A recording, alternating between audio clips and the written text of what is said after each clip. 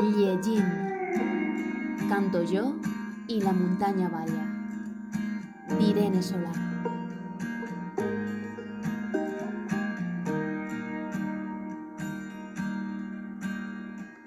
Llamps, valls, muntanyes, un cabirol, una gossa, trompetes de la mort, dones d'aigua, la por, fantasmes, esperits, gent de la muntanya. Tots prenen la paraula, tots apareixen en l'escenari per un motiu. Entre tots avança la història. Una història no només contada des de la mirada dels membres d'una família, sinó també a través de la veu d'altres elements. Canto el riu gelat, company de l'ànima, com una vena, com una llàgrima. Canto al bosc atent, sadoll de peixos, llebres, ceps.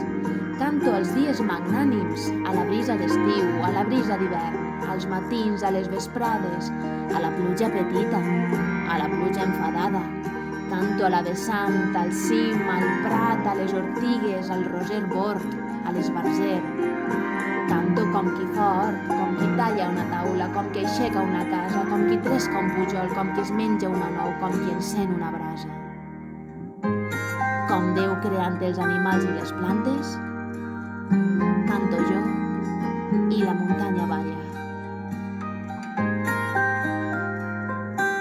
T'animes a llegir la novel·la? Avant. La pots trobar ací.